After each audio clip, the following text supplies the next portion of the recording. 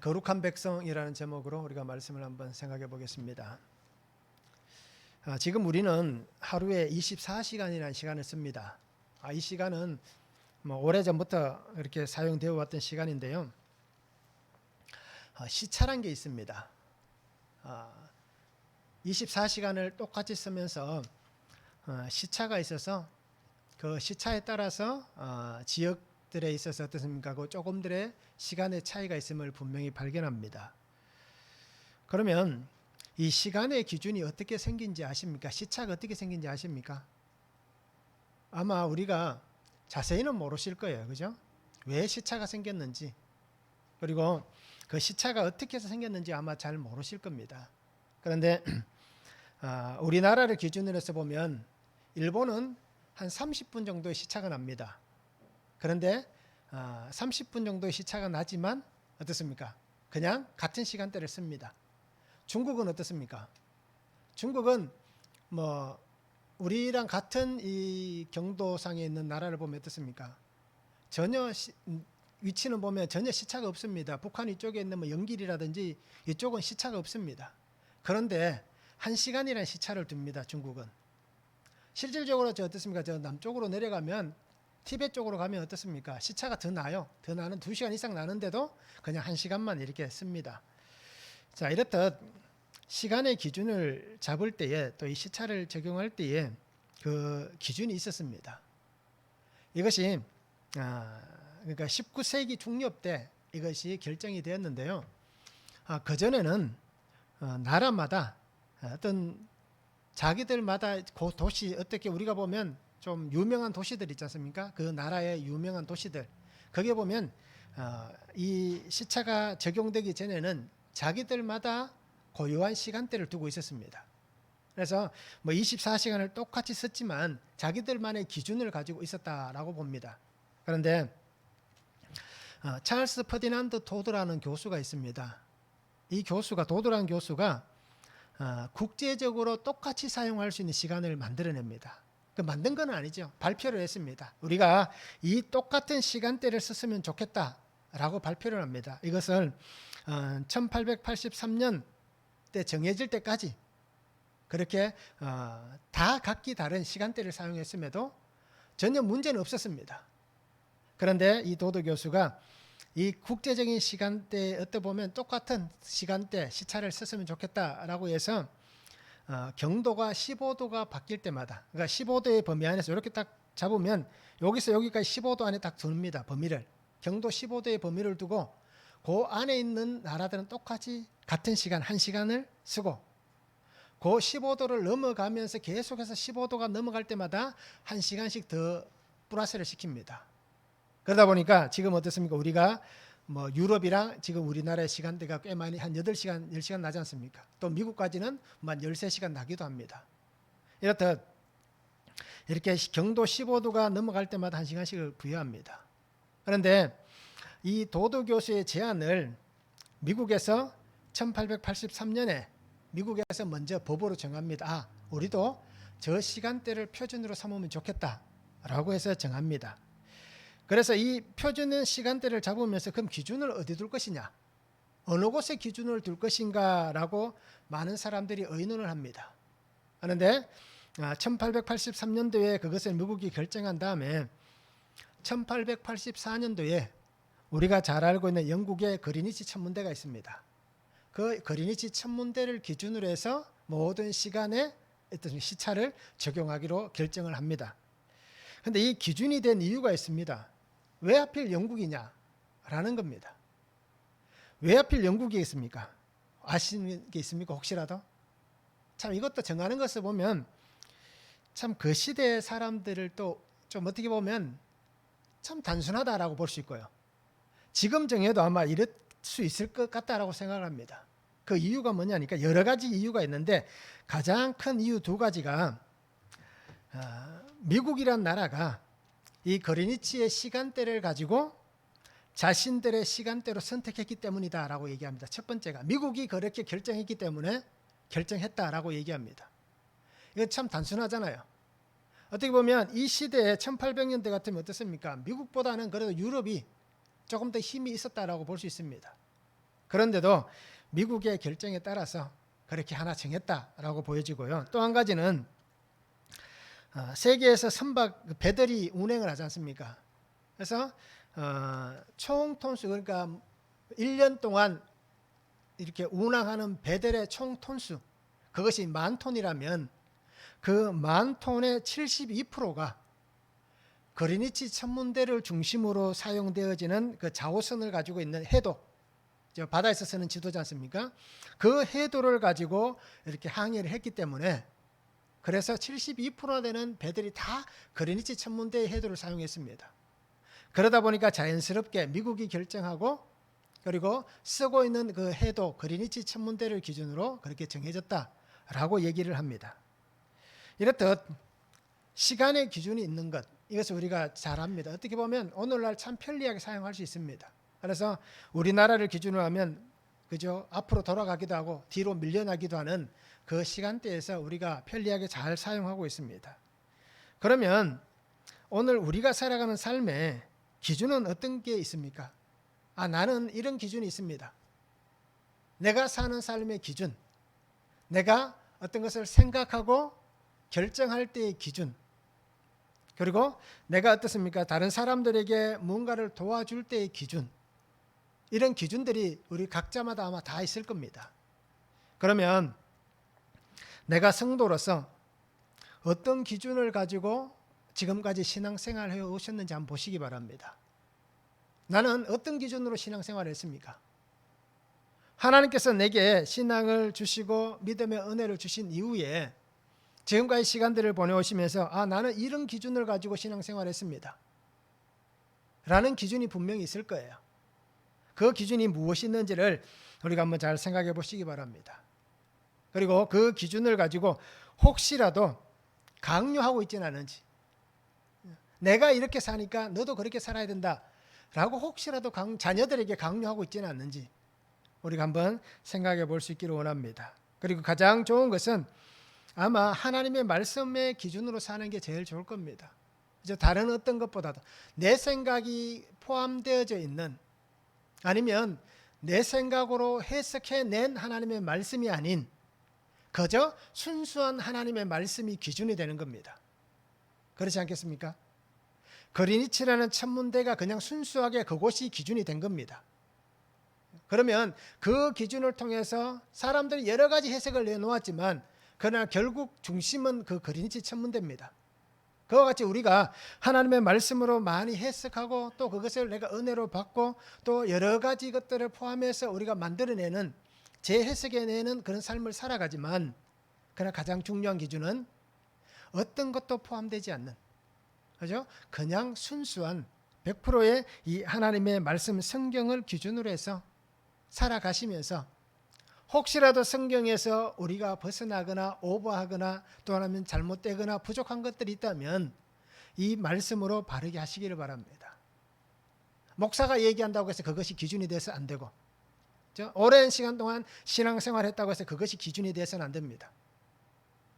하나님의 말씀, 순수한 100%의 말씀만이 오늘 나의 삶의 기준이 되고 내 신앙의 기준이 되어서 이 말씀 안에 우리가 살아갈 수 있는 삶이 되면 참 좋겠습니다. 오늘 말씀 보면 베드로는 성도는 악을 버리라라고 얘기합니다. 그리고 신령한 젖을 사모하라, 그리고 구원에 이르도록 자라가야 한다라고 말씀해 주시고 있습니다. 그러면서 우리가 그렇게 살아가면서 정말 산돌이신 보배이신 그 주님과 함께 우리가 거룩한 제사장이 되라 라고 말씀합니다. 우리가 거룩한 하나님의 소유가 된 백성으로서 하나님의 아름다운 덕을 선포하는 그러한 신앙의 삶을 살아야 한다라고 말씀해 주시고 있습니다. 거룩한 백성 첫 번째는 신령한 젖을 사모하시기 바랍니다. 1절에서 3절입니다. 그러므로 모든 악독과 모든 기만과 외식과 시기와 모든 비방하는 말을 버리고 가난 아기들 같이 순전하고 신령한 젖을 사모하라. 이는 그로 말미암아 너희로 구원에 이르도록 자라게 하려 함이라. 너희가 주의 인자심을 맛보았으면 그리하라 말씀하고 있습니다. 하나님의 백성으로서 거룩한 삶을 살려면 버려야 할 것이 있다라고 얘기합니다. 버려야 할 것이 분명히 있다. 그리고 버릴 것이 있으면 사모해야 할 것이, 받을 것이 있다라고 그렇게 말씀을 하고 있습니다. 자, 거룩한 삶을 위해서 버려야 할 것이 무엇입니까? 우리가 무엇을 버려야 되겠습니까? 오늘 베드로가 무엇을 버리라고 하는지 한번 보시기 바랍니다. 첫 번째는 악독입니다. 이 악독은 뭐 나쁘다, 악하다 또는 해치고 싶은 욕망, 악이라고 해석합니다. 그래서 어떤 사람의 그 성격, 그 성질, 그것이 외적으로 보여지는 행동, 이것을 악독이다라고 해석을 하고 있습니다. 그 기만을 버리라고 얘기합니다. 기만은 계략, 교활하다라는 뜻을 가지고 있는 계략입니다. 또는 이것은 누군가에게 미끼로 던진다라는 뜻을 가지고 있습니다. 그래서 내가 기만한다, 이것은 상대방에게 미끼를 던지는 그러한 뜻으로 해석하기도 합니다. 그러니까 속임수가 될 수도 있고요, 음흉한 꾀가 될 수도 있는 겁니다. 그래서 이 기만은 두 사람의 관계를 흐리게 만듭니다. 관계가 정말 문제가 없이 좋은 관계였는데 한 사람의 기만함을 통하여서, 그러니까 교활함을 통하여서 속임 때문에 두 사람의 관계가 깨어진다라고 얘기합니다. 그래서 이 기만은 함께 생활하는 공동체 안에서 어떻게 보면 정말 한 생활을, 하나의 공동체를 깨트릴 수 있는, 또 그 생활을 방해할 수 있는 그런 행동들 중에 하나다라고 얘기를 하고 있습니다. 또 외식을 얘기합니다. 외식은 우리가 잘 알잖아요. 위선된 것, 가장하는 것을 알 수 있습니다. 그래서 이 외식이라는 단어, 히포크리시스라는 이 단어의 뜻을 보면 그런 뜻도 있습니다. 연극 배우가 연기한다라는 뜻을 가지고 있습니다. 배우는 누구를 연기합니까? 자기를 연기하는 게 아니라 그 인물을 연기하잖아요. 어떻게 보면 자신을 드러내는 게 아니라 어떻게 보면 그냥 조작된, 누군가에게 설명되어진, 아니면 다른 사람들에게 보여질 만한 그런 위선을 가진 그러한 것만 드러낸다라고 볼 수 있는 겁니다. 그래서 외식을 그렇게 해석을 합니다. 또 시기가 나옵니다. 시기는 뭐 악의, 질투, 시샘이라고 얘기합니다. 비방하는 말은 험담을 얘기하고요, 중상, 그러니까 서로 간에 어떻습니까? 비방하는 소리 또는 악한 얘기, 악담, 이것을 비방하는 말이다라고 얘기합니다. 자, 이렇듯 우리가 거룩한 삶을 위해서 버려야 될 것들이 바로 이런 것들입니다. 더 많이 있겠지요. 더 많이 있겠지만 베드로는 특별히 오늘 2장에서 이렇게 악독, 기만, 외식, 시기, 비방하는 말, 이것을 특별히 버리라라고 얘기를 합니다. 자, 이것을 왜 버려야 됩니까? 이렇게 악한 것을 품고 있으면 결국 타인을 다치게 할 수도 있지만 또 누구를 다치게 합니까? 결국 자신을 다치게 하는 겁니다. 내가 악을 품고 내가 시기하고 질투하고 또 비방하면 결국 그것은 다른 사람이 나의 소리를 들을 수도 있지만, 그러나 누가 제일 먼저 듣겠습니까? 말하는 자신이 가장 먼저 듣게 됩니다. 그러니까 결국 자신을 해치는 행동을 하는 것입니다. 그래서 이 모든 악함을 버리라라고 얘기합니다. 하나님의 은혜를 받았습니다. 하나님께서 내게 주신 그 은혜 안에서 우리가 살아갑니다. 그러면 은혜가 삶의 기본적인 요소가 되어야 되는데, 이 은혜가 삶의 기본적인 요소가 안 되니까 결국 이런 악한 것들이 우리를 넘어지게 만들고 그 악한 것에 동조해서 나도 그렇게 살아가는 삶이 되는 것입니다. 그러기에 베드로는 성도들에게 분명히 얘기합니다. 이런 습관을 버려라. 그죠? 이런 악한 모습들, 이 습관들을 다 벗어버리라라고 얘기를 하고 있습니다. 그래서 생각도 버리고 행동도 버리고 버림을 통하여서 하나님이 기뻐하시는 그러한 삶을 살아야 된다라고 말씀하시고 있는 것입니다. 그러면 이렇게 버릴 것은 버리고 그러면 또 무엇을 해야 되느냐? 바로 신령한 젖을 사모하는, 성도가 사모해야 될 것인데 그것은 뭐냐? 신령한 젖을 사모하라라고 얘기합니다. 신령한 젖이 무엇인지는 우리가 잘 알 수 있습니다. 그래서 베드로는 갓난 아기들이, 그죠? 젖을 사모하는 것 같이 오늘 성도들은 그 젖을 사모해야 된다라고 말씀합니다. 순전하다는 것은 속일 수 없다는 얘기입니다. 그래서 이 아돌로스라는 단어를 쓰는데요, 기만이라는 단어가 헬라어로 돌로스라는 단어를 씁니다. 그런데 앞에 아라는 부정이 붙었습니다. 기만은 돌로스이고 이 순전하다는 것은 아돌로스라는 단어입니다. 결국 그러니까 어떤 얘기입니까? 종이의 양면과 같다는 얘기입니다. 기만할 수도 있고 또는 순전할 수도 있다는 얘기입니다. 그러기에 우리가 보기에는 괜찮아 보이는데 속을 들여다보면 지저분하잖아요. 그와 똑같은 겁니다. 내가 앞에서는 좋은 모습을 보여주고 돌아서면 나쁜 행동을 하고 있는 것과 똑같은 모습입니다. 그래서 기만과 이 순전한 이 단어가 부정 단어 하나만 붙었을 뿐이지 똑같은 단어를 쓴다는 겁니다. 그리고 오늘 우리가 하나님 앞에서 정말 이 순전하고 아돌로스라는 이 단어를 쓰듯이 기만이나 계략이 없는 그런 신실한 하나님의 사람이 되길 바랍니다. 순전하다는 것은 아무것도 섞이지 않았다는 얘기입니다. 왜 우리가 금을 순금이라고 얘기합니까? 그 속에 불순물이 없기 때문에 순금이라고 얘기합니다. 그러나 18K라든지 어떻습니까? 14K 같은 경우는 그 속에 그래도 불순물이 남아있기 때문에 그렇죠? 그것을 순금이라고 얘기하지 않습니다. 그리고 오늘 우리가 성도로서 하나님 앞에서 이렇게 아무것도 섞임이 없는 그러한 삶을 살아가시기 바랍니다. 그래서 신령한라는 것은 정말 하나님의 말씀 안에서 영적으로 또는 이성적으로 신령한 사람이 되어야 한다라고 얘기하는 것입니다. 그냥 정말 말씀 안에서만 아니라 그 사람이 가지고 있는 이성, 지식, 이 모든 것에 있어서 신령한 자가 되라라고 분명히 말씀하는 겁니다. 그래서 오늘 우리는 하나님의 생명, 말씀의 젖을 먹는 그런 사람이 되면 좋겠습니다. 갓난아이가 엄마가 주는 모유를 먹고 자라고, 그죠? 그러면서 성장해 나갑니다. 태어날 때는 갓난아이, 정말 작았던 아이가 시간이 지나가면서 조금씩 성장해서 한 살이 되면 보통 아이들이 한 살이 되면 걷기도 하고 그러지 않습니까? 그리고 조금 더 시간이 지나면 말을 하고, 그리고 조금 더 지나면 어떻습니까? 뛰어다니기도 하고, 계속해서 자기가 먹는 그 양식을 통해서 점점 자라가는 것이 아이들의 모습입니다. 그렇듯 오늘 우리가 하나님의 자녀로서 하나님 앞에서 이 신령한 젖을 사모하고 그 신령한 젖을 먹는 귀한 하나님의 아들과 딸로서 성장할 수 있는 성도가 되면 좋겠습니다. 그래서 오늘 우리는 이 성장함을 통하여서 하나님의 거듭남의 은혜를 받았습니다. 이 거듭남의 은혜를 받은 우리는 정말 하나님의 축복을 받은 겁니다. 그런데 중요한 것이 한 가지가 있습니다. 거듭남의 은혜는 한순간에 일어나는 겁니다. 한순간 일시적인 현상 안에서 우리가 그렇게 하나님의 은혜 가운데 축복 가운데 거하는 그것이 바로 이 거듭남입니다. 그러면 이 거듭난 은혜를 받은 우리는 평생을 주님 안에서 자라가야 되는 겁니다. 이것이 더 중요할 수 있습니다. 거듭난 사람이 성장하지 못한다라는 것은 문제가 있을 수 있는 겁니다. 아이가 태어나서 자라가야 되는데 자라지 않고 성장하지 않고 그 속에 어떤 문제가 생긴다면 그것은 부모에게 근심거리가 되고 큰 어떻습니까? 힘든 사건이 되는 겁니다. 그와 마찬가지로 우리가 하나님 안에서 이렇게 거듭남을 통해서 태어났는데 우리가 성장하지 못한다면, 영적 성장이 없다면 정말 하나님께서 우리를 보시면서 안타까워하실 수밖에 없는 겁니다.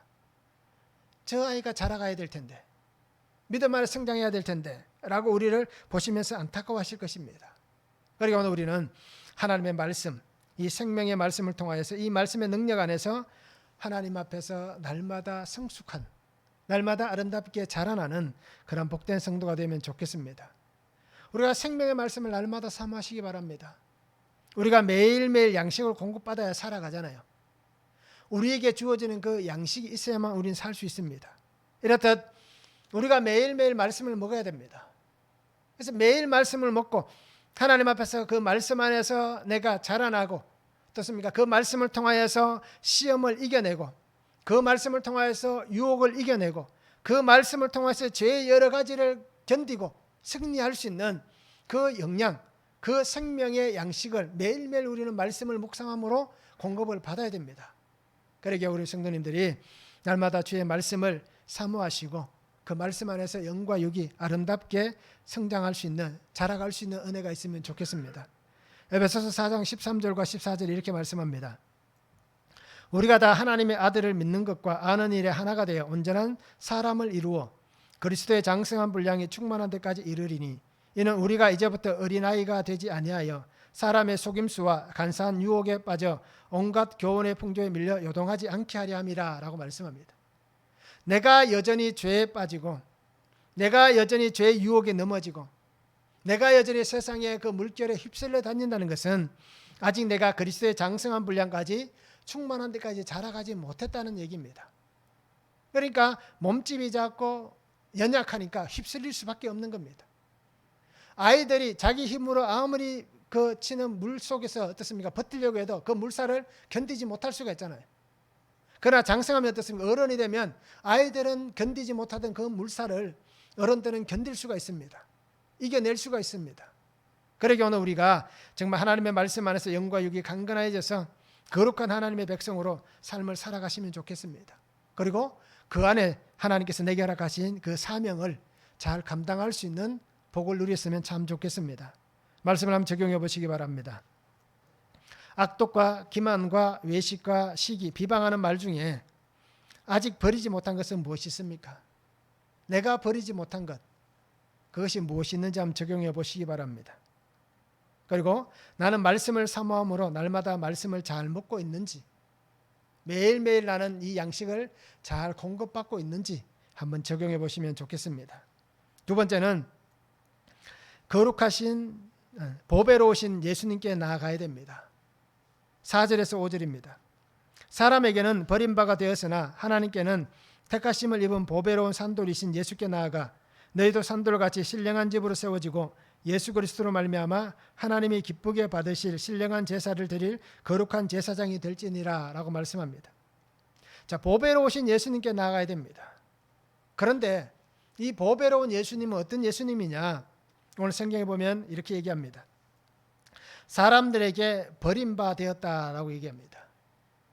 하나님께서 우리에게 존귀한 자로, 그죠? 보배로, 생명으로 우리에게 보내주셨는데 사람들은 예수님을 버렸다라고 그렇게 말씀을 하고 있습니다. 요한복음 1장에도 분명히 얘기하잖아요. 자기 땅에 왔지만 그 백성이 영접하지 아니하였다라고 말씀하고 있습니다. 자, 보배롭다라는 것은 귀하다라는 얘기입니다. 가치가 있다라는 뜻을 가집니다.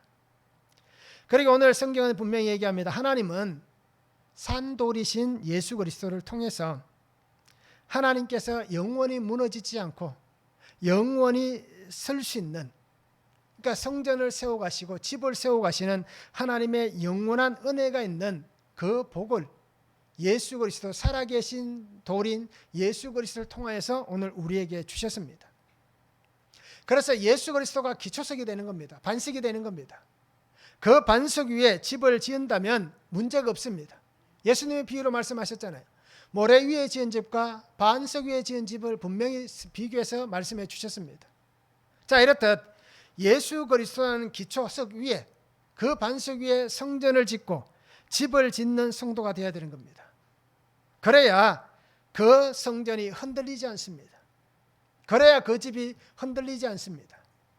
영원히 변함없는, 흔들리지 않는 예수 그리스도의 생명이 그 속에 있으므로 그 사람이 세상 가운데 살아가지만 흔들리지 않는, 세상 가운데 휩쓸려 가지 않는, 그리고 세상의 것에 요동하지 않는 그러한 삶을 분명히 살아갈 수 있다라는 것입니다. 그래서 오늘 주님은 그 생명의 풍성함을 우리에게 주셨습니다. 그 거룩함을 오늘 우리에게 부어주셨습니다. 그리고 오늘 우리는 하나님의 백성으로서 하나님께서 내게 허락하신 이 영원한 집을 잘 지으시기 바랍니다. 내가 하나님의 성전으로서 아름다운 집을 잘 지어 하시기 바랍니다. 나의 속에 찾아오시고 임재하시는 그 주님과 함께 영원한 은혜의 삶을 함께 살아가시기 바랍니다. 내가 혼자 사는 게 아니라 주님과 함께 살아가는 그런 믿음의 아름다움이 오늘 내게 있었으면 좋겠습니다. 고린도서 3장 16절입니다. 너희는 너희가 하나님의 성전인 것과 하나님의 성령이 너희 안에 계시는 것을 알지 못하느냐라고 말씀합니다. 살아계신 주님이 오늘 나의 성전이 되어주십니다. 즉 주님이 성전 되어주시지만 또 나의 안에 계신 그 주님도 나의 성전이 되어주시는 겁니다. 결국 이 얘기는 서로가 교통하고 하나가 되어 있는, 영적으로 하나의 띠 안에 묶여 있는 그 은혜를 얘기하는 것입니다. 그래서 오늘 주님께서 나를 붙잡으시고 내게 생명 주시고 그 은혜로 살아가게 할 때에 우리가 보배로우신 주님 앞에 나아가시기 바랍니다. 사람들은 버린다 할지라도 나는 주님 앞에 나아가시기 바랍니다. 산돌이신 보배로우신 그 주님 앞에 나가서 내가 죽지 않고 살아나는 그 귀한 은혜를 우리가 누렸으면 좋겠습니다. 말씀을 한번 적용해 보시기 바랍니다. 나의 믿음은 예수님 안에 세워진 믿음입니까? 어떻습니까? 나의 믿음은 예수님이라는 기초석 반석 위에 세워진 믿음인지, 아니면 내가 가지고 있는 가치관, 내가 가지고 있는 이성, 내가 가지고 있는 지식이나 학문, 그 위에 세워져 있는 믿음인지 한번 적용해 보시기 바랍니다. 과연 내 믿음은 어느 곳에 세워져 있는가? 만약에 내 믿음이 잘못 세워진 곳이라면, 모래 위에 지어졌다면, 세워졌다면 빨리 옮겨가야 됩니다. 그리고 오늘 우리가 이 말씀을 통해서 적용하기를 원합니다. 세 번째는 모퉁이 돌이 되라라고 말씀하십니다. 6절에서 8절입니다. 성경에 기록되었으되 보라, 내가 택한 보배로운 모퉁이 돌을 시온에 두노니 그를 믿는 자는 부끄러움을 당하지 아니하리라 하였으니, 그러므로 믿는 너희에게는 보배이나 믿지 아니하는 자에게는 건축자들이 버린 그 돌이 모퉁이의 머릿돌이 되고 또한 부딪히는 돌과 걸려 넘어지게 하는 바위가 되었다 하였느니라. 그들이 말씀을 순종하지 아니함으로 넘어지나니 이는 그들을 이렇게 정하신 것임이라 라고 말씀하고 있습니다. 모퉁이는 맨 구석에 있다라는 뜻입니다. 그래서 가장 끝자리에 있는, 맨 끝에 놓여져 있는 돌을 모퉁이 돌이라고 얘기합니다. 그리고 이 모퉁이라는 단어에 보면 맨 끝에 있는 돌이다라고 표현을 하지만 또 그 뜻을 보면, 자세히 보면 머릿돌이라는 뜻도 있습니다. 자, 건물을 지을 때마다 보면 어떻습니까? 그 건물의 중심이 되는 머릿돌이 있습니다. 그렇잖아요? 교회는 그 중심에다 머릿돌이라고 쓰면서 거기다 뭐라고 씁니까? 예수 그리스도 머릿돌 씁니다. 그리고 거기다 날짜를 기록해 둡니다. 이 건물을 처음 지을 때 날짜가 언제였다. 그리고 이 건물의 중심은, 기초석은 예수님이다 라는 것을 딱 기록하는 머릿돌을 그 건물의 가장 중심에 둡니다. 자, 이렇듯 모퉁이는 연결고리가 될 수 있는 겁니다. 그러니까 벽과 벽을 연결짓는, 그 사각의 그 마지막 끝에서, 한쪽에서 보면 맨 마지막 끝이고 한쪽에서 보면 맨 그 끝이 시작되는 쪽입니다. 그러기에 이 모퉁이 돌은 연결고리가 될 수 있습니다. 벽과 벽을 이어줍니다. 그리고 신앙과 비신앙을 이어줍니다. 그리고 하나님과 나를 이어줍니다. 결국 이 모퉁이 돌은 오늘 예수 그리스도이십니다. 예수님 때문에 어떻습니까? 신앙인인 나와 비신앙인인 사람이 연결되어지고, 예수님 때문에 하나님과 내가 연결되어지고, 그 예수님 때문에 내가 오늘 살아갈 수가 있는 것입니다. 나에게 이 예수님께서 모퉁이 돌이 되어서 오늘 연결고리가 되어 주셨듯이 오늘 우리에게 분명히 얘기합니다. 너희가 모퉁이 돌이 되라라고 얘기하고 있습니다. 너희가 연결고리가 되라라고 말씀합니다. 하나님께서 생명의 연결고리가 되어 주셨듯이 이제는 내가 생명의 연결고리이신 예수님을 대신해서 그 생명의 연결고리가 되어야 하는 것입니다. 가정에서나 교회에서나 또 내가 살아가는 삶의 환경에서 먼저 믿은 내가, 예수님을 먼저 알고 있는 내가, 예수님을 알지 못하는 사람, 또는 예수님을 알았다가 또 실족하고 넘어진 사람, 또 복음을 전해야 될 그 사람에게 오늘 내가 연결고리가 되어야 되는 겁니다. 내가 예수님을 소개할 수 있는 그러한 성도가 되어야 하는 것입니다. 그래서 오늘 주님께서 나의 반석이 되어 주셨잖아요. 나라는 집을 주님이라는 예수 그리스도라는 그 반석 위에 뿌리를 두고 우리가 세워졌습니다.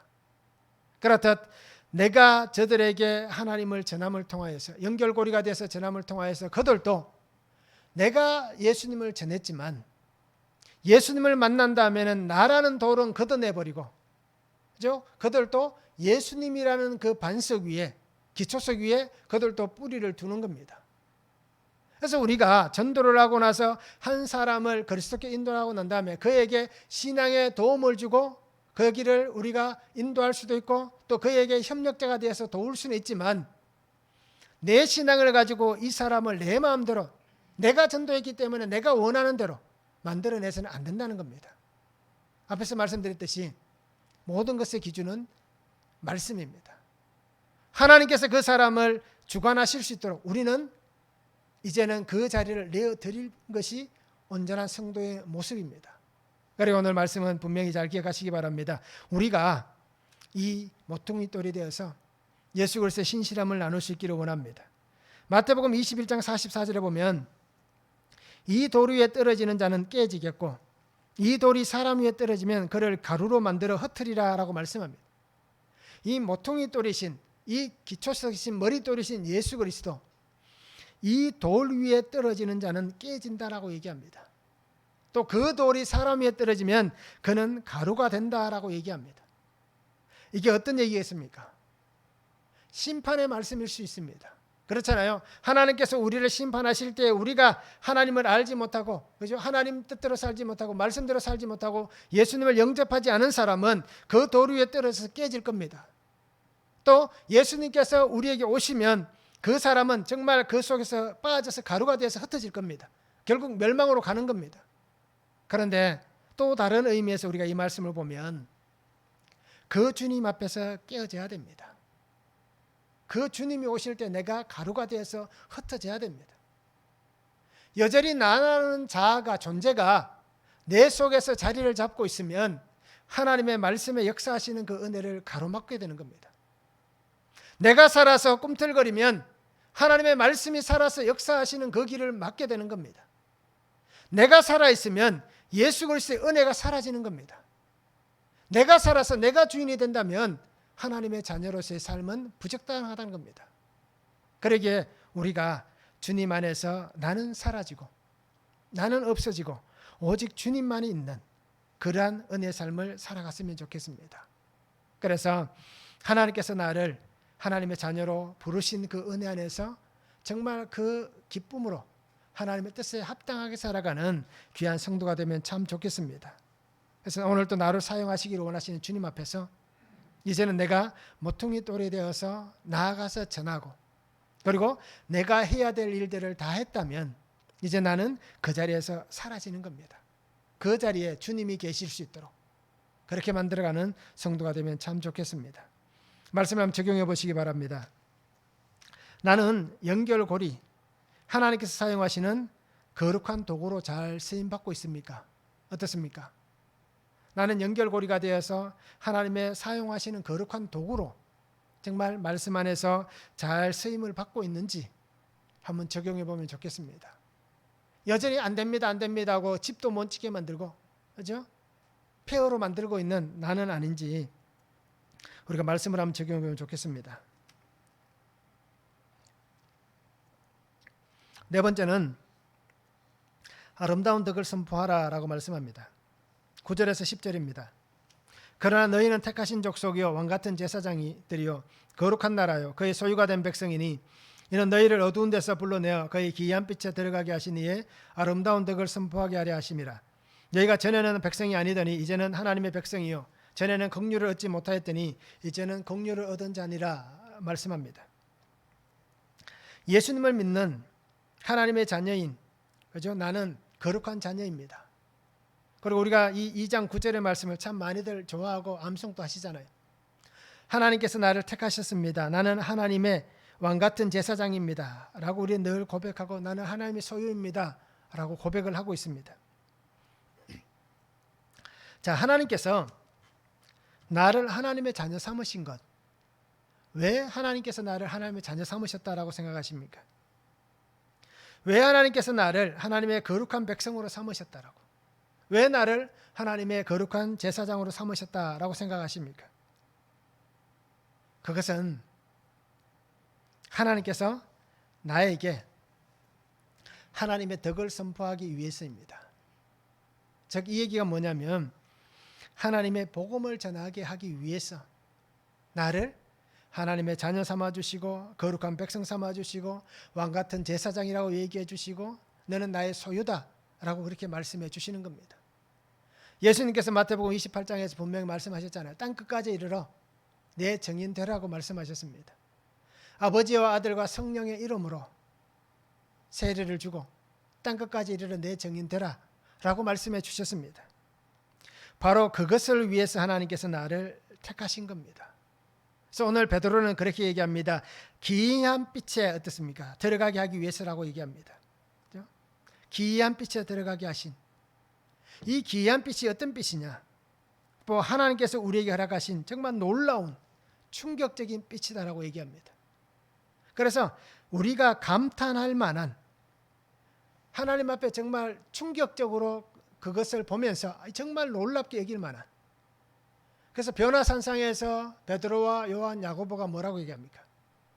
우리가 여기 있는 것이 좋사오니라고 얘기하지 않습니까? 그런데 자기들이 무슨 말 하는지도 모르면서 그렇게 얘기를 했습니다. 왜요? 그 예수님의 형체를 보면서 충격을 받았고 놀랍다라고 표현하기 때문에, 하나님의 그 놀라운 은혜 안에 들어갔기 때문에 그렇게 얘기한 것입니다. 자, 이렇듯 우리를 이런 하나님의 정말 은혜가 풍성한, 감탄할 만한 그 생명의 은혜 안에 우리를 세우셨습니다. 그러기 오늘 아름다운 덕을 선포하라. 하나님의 그 찬양할 만한 행동들, 하나님의 아름다운 미덕, 하나님의 공적, 이 모든 것을 선포하라라고 얘기를 하고 있습니다. 그래서 이 단어 아레테라는 단어를 씁니다. 아레테, 하나님의 덕, 아름다운 덕, 아레테라는 단어를 쓰는데요, 바로 하나님의 이 놀라운 미덕을 선포하라라는 것입니다.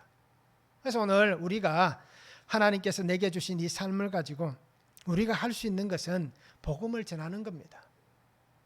내게 은혜 주신 그 하나님, 나를 위해서 이 땅 가운데 독생자를 보내주셨고, 그 독생자를 통하여서 구속의 은혜를 받게 하셨고, 그 예수님 때문에 오늘 내가 하나님 안에 생명으로 살아가는 이 은혜, 이 놀랄만한 은혜, 이 아름다운 은혜를 선포하라라고 얘기합니다. 죄가 있는 사람을 죄 없다라고 인정해 주시고, 심지어는 그 죄까지 다 씻어주시고 정결하게 하시는 그 은혜, 그리고 하나님의 품 안에서 내가 하나님을 아버지라고 부를 수 있는, 하나님을 아버지라고 부를 수 있는 이 놀라운 은혜, 이 은혜를 선포하라라고 말씀합니다. 하나님께서 나를 하나님의 사람으로 인쳤다라는 것입니다. 그리고 오늘 우리가 부르심을 받은 자로서 내가 해야 될 일들이 무엇이 있는지를 분명히 생각해 보시기 바랍니다. 또 이 십자가의 사랑을 전하시기 바랍니다. 대속의 죽음으로 나를 구속하신 그 하나님의 사랑을 전하시기 바랍니다.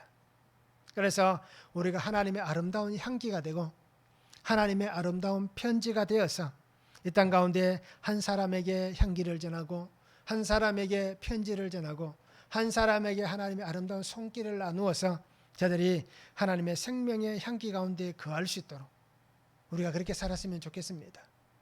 나도 하루 입고 이틀 입고 했던 옷을 3일 입고 4일 입고 하지는 않잖아요. 특히 요즘 여름엔 어떻습니까? 한 번만 입어도 땀이 나서 그 몸에 땀 냄새가 배면 2번 다시 안 입을 겁니다. 그럼 어떻게 해야 됩니까? 그 옷을 깨끗하게 세탁해야 또 입을 수 있습니다. 이렇듯 우리가 하나님의 향기, 하나님의 생명이 되어서 그 사람을 하나님께로 세워갈 수 있는 그러한 삶이 되었으면 좋겠습니다. 그러기 위해서 내가 향기를 발해야 됩니다. 예수 믿는 내가 여전히 지저분한 냄새, 악취를 풍기면 안 되잖아요. 아, 그 사람 옆에 가니까 악취가 나더라. 이런 사람 옆에 누가 오겠습니까? 야, 그 사람 옆에만 가면 정말 좋은 향기가 나더라, 아름다운 냄새가 나더라. 그러면 오지 마라 그래도 그 사람 옆에 모이게 되어 있습니다.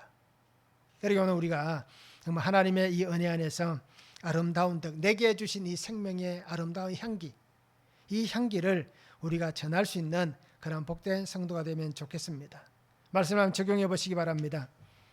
내가 하나님의 아름다운 덕을 전해야 될 내 곁에 한 사람은 누구입니까? 내가 이 아름다운 향기, 하나님이 놀랄 만한 이 은혜, 그죠? 나 때문에 죽으셨다는 그 충격적인 사실, 이 놀랄 만한 하나님의 아름다운 덕을 전해야 될 내가 살아가는 삶의 환경에서 그 한 사람이 누구인지 우리가 한번 적용해 보시면 좋겠습니다. 예수님의 이 긍휼의 업은 성도는 긍휼의 은혜를 전하는 삶이 되어야 됩니다. 나를 구속하신 주님, 그 주님 안에서 내가 정말 예수님을 닮은 그런 모퉁이 돌이 되어서 복되게 살아가는 성도가 되면 참 좋겠습니다. 전하는 자가 없으면 누가 믿을 수 있겠습니까? 누가 들을 수 있겠습니까? 그리고 오늘 내가 정말 이 아름다운 소리가 되어서 예수님을 잘 전할 수 있는 성도가 되었으면 좋겠고요. 그리고 우리 가정과 우리 교회 공동체가 더 하나님 앞에서 복되게 세워졌으면 참 좋겠습니다. 그리고 내가 그 작은 연결고리가 되시기 바랍니다. 나를 드러내고 내 소유를 주장하고 내 권리를 선포하는 연결고리가 아니라 나는 죽고 사라지는 그런 연결고리가 되어서 하나님의 아름다운 일들을 아름답게 세워가는 그런 복된 성도의 삶이 되면 참 좋겠습니다. 저도 그렇게 살고 우리 성도님들도 그렇게 살기를 소망합니다. 기도하겠습니다. 사랑의 아버지 하나님 감사합니다. 오늘도 우리에게 주신 말씀을 바라보며 주님과 함께 믿음으로 나아가는 귀한 성도의 삶이 되게 하여 주시옵소서. 거룩한 백성으로 살아갈 때에 하나님 역사하여 주시고 함께하여 주시기를 원합니다. 그래서 날마다 하나님의 말씀을 사모하는 자가 되게 하시고 정말 주님께로 나를 구속하신 주님께로 대속의 은혜 앞으로 나아가는 자가 되게 하시고 이제 하나님 내가 연결고리 모퉁이 돌이 되어서 살아가는 성도가 되게 하시고 내게 하나님의 말씀 하나님의 생명이 있는 거룩한 하나님의 자녀로서 정말 아름다운 덕을 선포할 수 있는 귀한 성도가 되게 하여 주시옵소서. 그래서 날마다 주와 함께 주님 주신 이 은혜 안에서 정말 하나님의 거룩한 도구가 되는 복된 인생이 되도록 주님 축복하여 주시옵소서. 함께 하실 하나님을 기대하며 예수님의 이름으로 기도하옵나이다. 아멘.